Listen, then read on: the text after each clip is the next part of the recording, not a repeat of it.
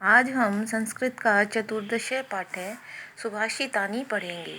सुभाषितानी, इससे पता चलता है सु मतलब अच्छा, भाषितानी मतलब विचार, अच्छी भाषा, अच्छे वचनों के बारे में जानेंगे।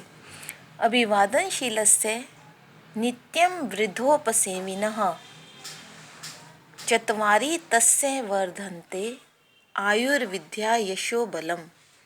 यानी कि जो अपने माता पिता और गुरुजनों की को नित्य नमस्कार करता है, उनकी सेवा करता है, उन व्यक्तियों के ये 4 गुण बढ़ते हैं: आयु, विद्या, यश और बल। अगला है पृथिव्याम त्रीणि रत्नानि जलमनम सुभाषितम मूढ़ै पाषाण खंडेषु रत्न संज्ञा विधीयते।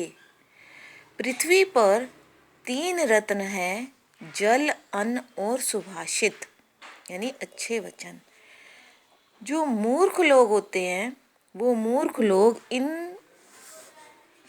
इन्हें पत्थर के टुकड़े समझकर पत्थर के टुकड़ों की संज्ञा देते हैं, यानी पत्थर के टुकड़ों के समान समझते हैं, यानी इन हीरो मोती में विश्वास रखते हैं और जल, अन्न, सुभाषित जो 3 रत्न हैं उनके बारे में नहीं सोचते। काक चेष्टा बको ध्यानम श्वान निद्रा तथैव च अल्पाहारी गृह त्यागी विद्यार्थी पंच लक्षणम। विद्यार्थी में ये 5 लक्षण होने चाहिए। कौवे की तरह चतुराई, चालाकी, जैसे वो प्यासे कौवे वाली कहानी है, जैसे कौवा अपनी कंकड़ इकट्ठा करके अपने बुद्धि से पानी पीने की प्यास बुझाता है, पानी ऊपर लाता है। और ऐसे ही जैसे बगुला एक टांग पर खड़ा रहकर अपनी एकाग्रता के कारण जो उसने मछली पकड़नी है उसको पकड़ने के लिए पूरा ध्यान उसी में लगा देता है। और जैसे एक श्वान की निद्रा होती है, एक कुत्ते की जैसे निद्रा होती है कि हल्की सी आहट पर वो जाग जाता है, उसी प्रकार एक विद्यार्थी को भोजन अल्पाहारी यानी बहुत कम भोजन खाना चाहिए, जिससे उसका स्वास्थ्य ठीक रहे, और जितनी आवश्यकता हो उतना भोजन करना चाहिए। अधिक भोजन करने से मोटापा आता है और बीमारियां लगती हैं। और उसको गृह त्यागी बनना चाहिए, यानी कि घर के जो आरामदायक स्थान है उसे छोड़कर ऐसे स्थान पर पढ़ाई करनी चाहिए जहाँ पर अधिक सुख सुविधाएं ना हो लेकिन पढ़ने में उसका ध्यान लग सके। अलसस्य कुतो विद्या अविद्यस्य कुतो धनम।